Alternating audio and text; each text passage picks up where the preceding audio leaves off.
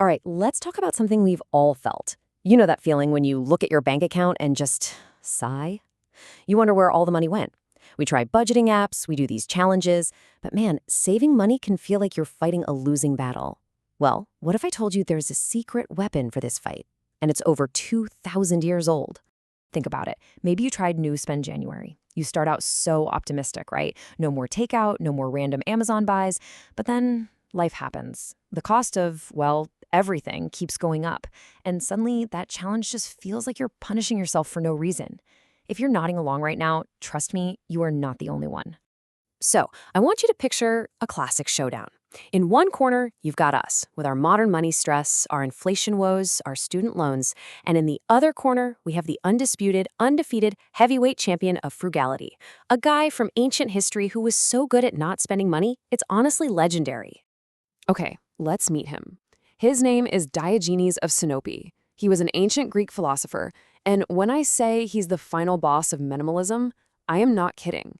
This guy took the whole living with less idea to an extreme that is, well, it's pretty hard to believe. You know, this one story tells you everything you need to know about him. He had one possession, a bowl, that was it. But then one day, he sees a little kid just cupping his hands to drink from a fountain, and Diogenes has this moment of revelation.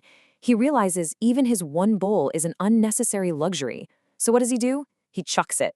He just throws it away. I mean, can you even imagine that mindset? So, what Diogenes was practicing, we'd probably call it radical minimalism today. And this wasn't just about tidying up or having a clean apartment. Oh no, this was a full-on rejection of, well, everything. All material things, all the social rules that tell us we need to buy stuff to be happy. The whole point was to own literally nothing that you didn't need for your immediate survival. So, how does this ancient, super extreme philosophy really compare to our modern attempts to save a few bucks? Well, let's put them side by side. Welcome to the ultimate no-spend throwdown. And this slide just says it all, doesn't it? I mean, look at our rules on the left. They're sensible, sure, cancel unused subscriptions, no non-essential shopping, but they're really just tweaks to our normal consumer lives. And then you look on the right. Diogenes' rule, own nothing. It's so simple, it's almost funny. No takeout? The guy didn't have a kitchen. Cancel subscriptions? He didn't have a mailing address. But let's get real for a minute. We can laugh, but we can't just go out and adopt his one simple rule.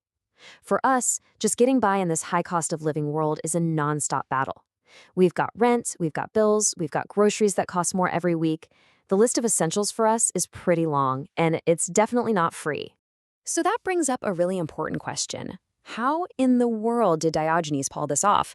Was he some kind of financial wizard, or was he playing a totally different game? A game with a different set of rules that maybe gave him a, let's call it an unfair advantage.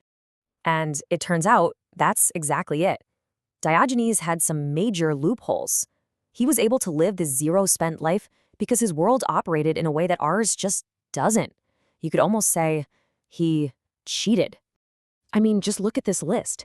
He had no rent or mortgage to worry about. He famously lived in a big ceramic jar in the middle of a public square. He wasn't paying off thousands in student loans. He didn't have any kids or a family to provide for. And maybe the biggest one of all, he didn't live in a world with a 24/7 advertising machine trying to convince him he needed the latest phone or the newest pair of sneakers. So when you really add it all up, what were his monthly expenses? A big, fat zero. Nada. He lived off charity, he foraged for food. It's a number that is just, it's literally impossible for basically anyone living in the modern world to even dream of hitting. And really, that's the punchline, isn't it? It's pretty easy to win the no-spend game when you're not even on the playing field. Diogenes wasn't just winning the game we're all forced to play, he had opted out of it completely. But hold on, it would be easy to just call him a cheater and move on, but we'd be missing the whole point. The real lesson here isn't that we should all go find a big ceramic jar to live in. The real challenge he gives us is way deeper than that. It's philosophical. See, his life isn't meant to be a how-to guide. It's a thought experiment. It forces us to ask ourselves a really powerful question. What do we actually need to live? Versus what if we just been told we want? He's not telling us to get rid of our houses. He's asking us to take a hard look at the desires that fill them up. And this is the final mind-bending idea he leaves us with. Diogenes basically proved that if you can delete your desires, you can escape the money game entirely. Now, obviously, that's not a realistic path for us, but it frames the ultimate question about our own freedom, doesn't it? How much of our financial stress comes from what we earn versus what we've been taught to crave? Maybe the real no spend challenge isn't about our bank accounts at all. Maybe it's about what's going on in our own heads.